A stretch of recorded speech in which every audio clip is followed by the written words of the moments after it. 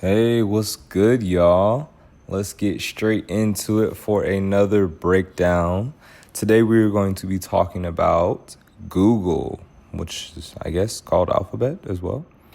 So, let's just get straight into this, right? For the final verdict, I'm giving it a rating of a growth compounder. Everybody knows what Google is, they know what it does. They primarily know it as a search engine, but I guess if you don't know and you've been living under a rock and you're not on the platform now, Google owns YouTube. So that's kind of where their monopoly comes from.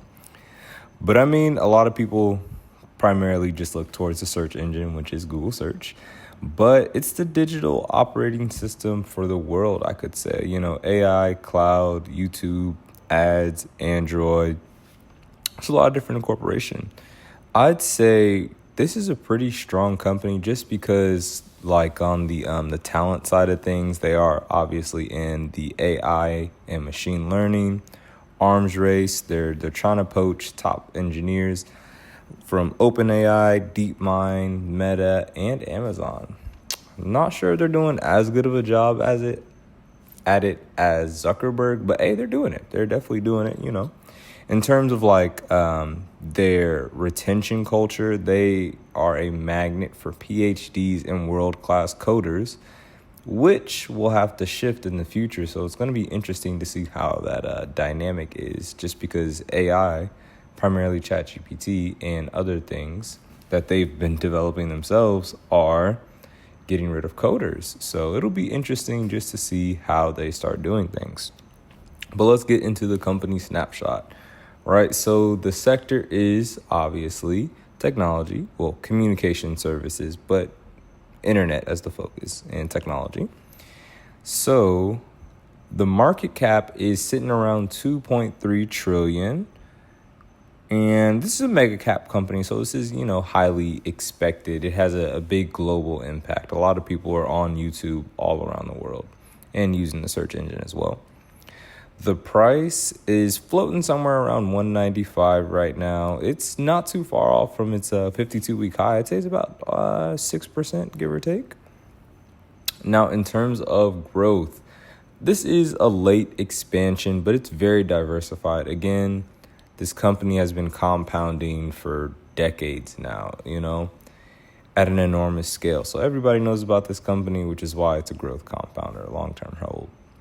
In terms of the narrative, of course, there's AI and the talks that things are going to have to shift for their world-class PhD coders and things of that nature. But what a lot of people don't talk about is the AI that Google's been putting out. We'll highlight it a little bit later in the video, but definitely be on the lookout for Google's AI, the different ones that they've been popping out recently. So all right, so let's get into the second pillar, which is the liquidity and behavior matrix. Let's see how this company's been moving. So in terms of the average yearly drawdown, it's sitting around 13.5%, of a drawdown.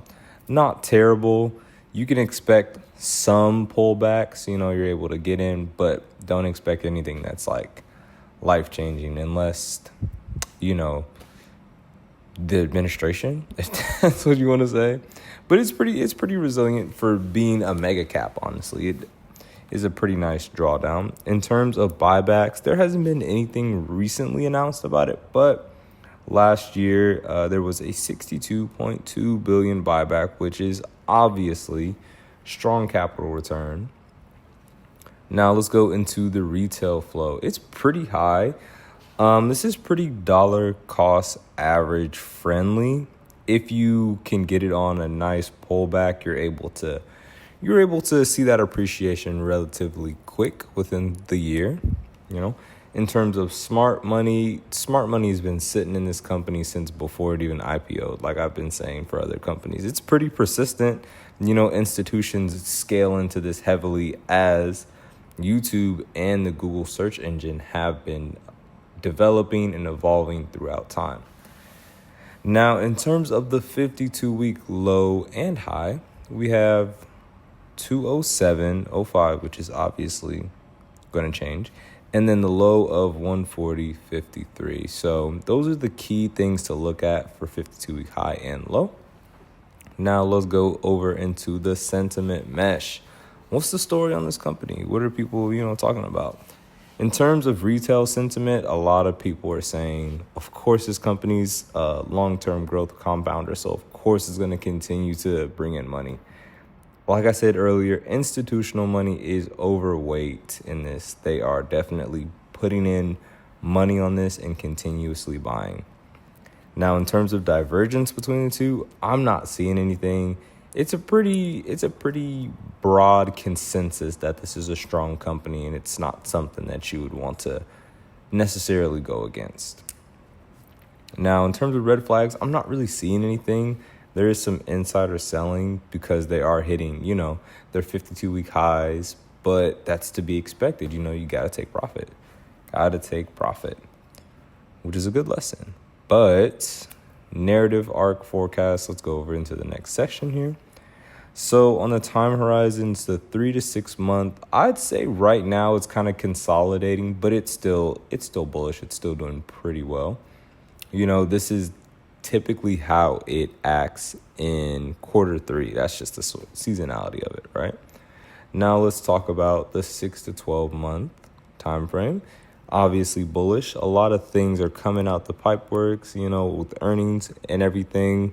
You never know what to expect with Google, but they always do put out some very good numbers. Now, 2 to 5 years, I say this is a compounder. For sure, this is a compounder. They're already ahead on the data and AI infrastructure and the global reach. Not to mention that more people are migrating over into YouTube as opposed to having a regular TV. I haven't seen anyone have cable for quite a while. A lot of people are either streaming on Netflix, Hulu, HBO Max, Disney Plus, and then YouTube. So YouTube is a very big platform all over the world. But let's get into the defensive edge profile. Let's really break this down. So in terms of their moat, this is such a big section. So in terms of their moat, there's quite a few different things that we can touch on, such as the cloud or Nexus infrastructure as a utility that they're building up. And then you have the algorithmic advertising supply chain. Since a lot of content creators are on YouTube, they're able to monopolize the ad game and really produce revenue. Now, in terms of the AI and machine learning acceleration hardware, they're doing a lot of things. The TPU, which is their proprietary AI chip design, and the Gemini stack. Gemini's definitely been getting a lot better as opposed to how it was when it started off. But it's still strange seeing the thing just pop up for you whenever you're on Google, whether that be your phone or on your laptop or whatever. And then another thing to talk about is the data sovereignty advantage that they have. So Google has a lot of privacy, security, and global compliance in just different parts of the world. So they have so much data at a incomprehensible scale for all the people that are in the world on YouTube just using it on a daily basis. It gets a lot of touch and retention. Now, let's go back up to our previous section here. Yeah, so back to it now. The Ghost Premium Zone is sitting around 164 to 173. So if you're able to get this price, you'll definitely enjoy the appreciation on that. In terms of the liquidity trap risk, I'd say it's around 8.5. You can't really get into this company and expect for it to just have a major drawdown on you just because the company doesn't typically move in that fashion, which is why the regret probability is so high at 110%. Because if you see this company on sale, like a 25% pullback, and you decide not to get into it and you see it run up right after that, that's where that regret probability comes from. Because although Google is a company that is a slow churner, it can definitely have some very big jumps on nice days. Which is why, in terms of the behavioral confluence score, it's a 9.2. Everything lines up pretty well, and this is a solid company. Now, in terms of the chart levels, just some things to keep in mind if you are wanting to get into a position, start something long term, or you're just wanting to see if this is something you should hold off on.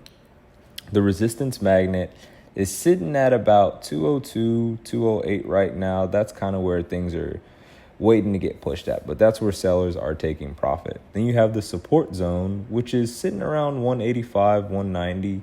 If you can get it down there at that point, that's a pretty good point. Now, all-time highs are kind of fluctuating recently just because of everything, but sitting around 207 currently.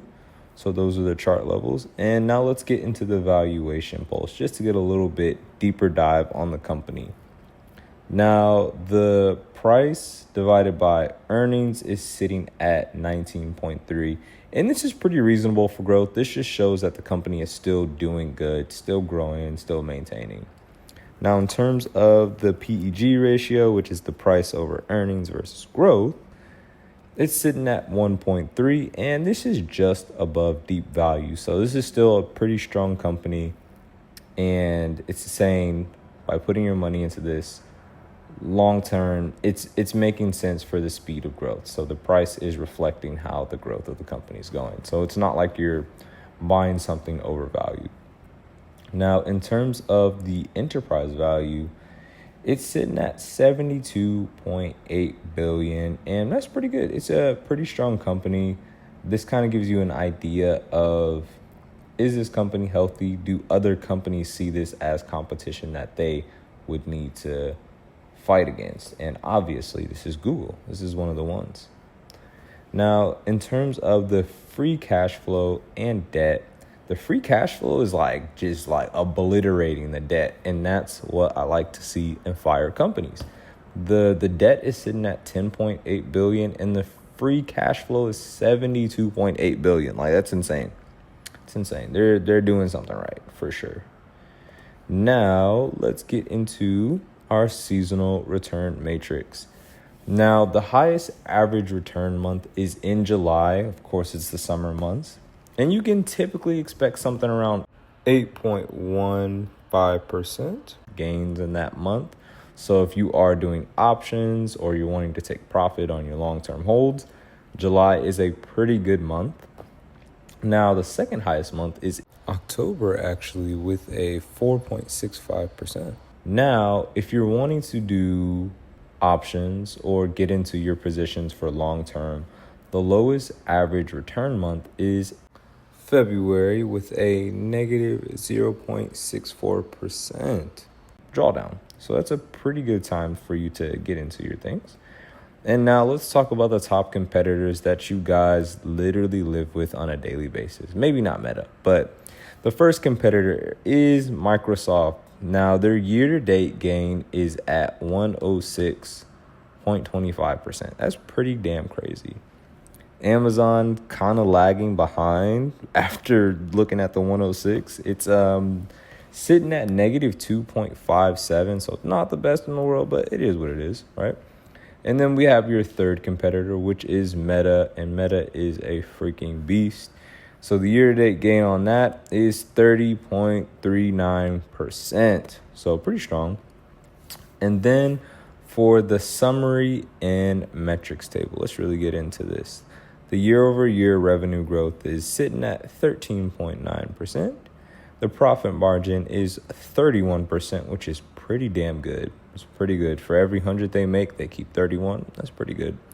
Operating margin is 32%, which is also really close to that profit margin, just showing that they're both doing pretty good. Return on assets is about 16.79%, which is a really good number on the low end.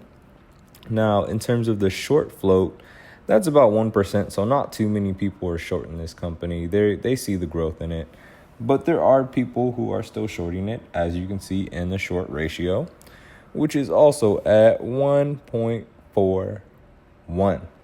So overall, this is a pretty strong company. I'd say long term, this is a growth compounder, just something to have in your core portfolio holdings. But if you are wanting to do some options plays on this one, this is kind of a company that is a slow grinder. So it does take a little bit of time for it to start jumping. But when it starts jumping, it's crazy. It's a beautiful thing. So thank you guys again for watching.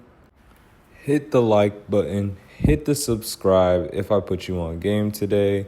If you want any companies broken down in the future, just drop them in the comment section and we will knock them out. And as always, peace.